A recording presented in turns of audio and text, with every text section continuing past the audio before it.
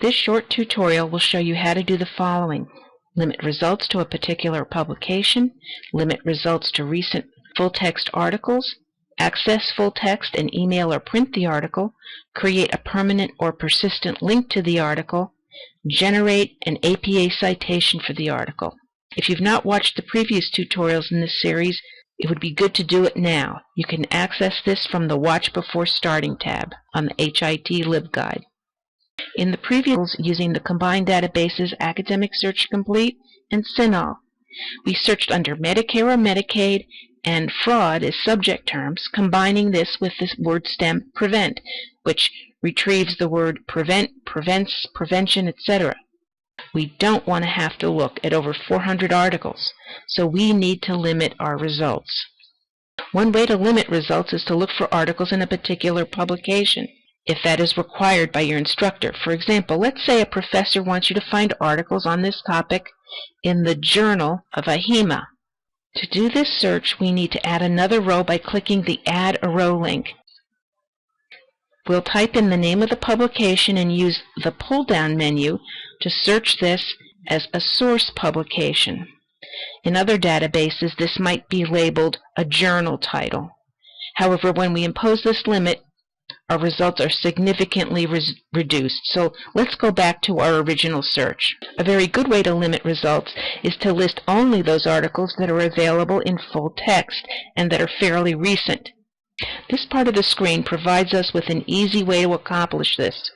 Just click on the full text box and use this slider to limit our results to articles published after, say, 2005, for example. Then click on the Update button to redo the search. We've limited our results to over 120 recent full-text articles. We can reduce this even further and only look at scholarly or peer-reviewed articles, but this might be too restrictive for our topic. We also have some options as to how these articles are displayed. These articles are now sorted by relevance. What this means for most databases is that the articles are ranked by the number of times the words appear in the search. This is not a Google search, so keep this in mind. Let's rank these articles by the most recent first by selecting Date Descending.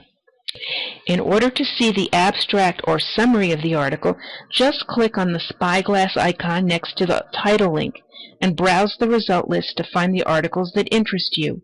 While scanning the abstracts, take note of additional terms you might use in another search. Pay special attention to the length of the article. For example, this article is only a half a page long and probably not worth pursuing. Take a look at this article, for example, which seems to be on target for our topic. Click on the title link to access a screen with several useful options. From the Tools section, you can choose to print out the article.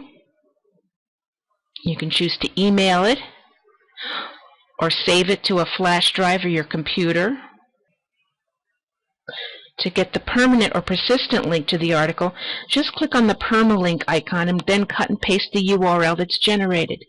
Note, the URL that appears in the location bar is not permanent. Then you can click the Cite button and create an APA citation for the article. Make sure you scroll down to the APA sample. And warning, sometimes there are formatting errors in these citations. For example, the title of this citation should not include capital letters. So it's up to you to become familiar with APA formatting. The H.I.T. LibGuide, the APA Citation tab, includes some useful online resources. The next and final tutorial will briefly introduce you to two other databases that could be used for this assignment: ProQuest Health and Medicine and Health Reference Center Academic.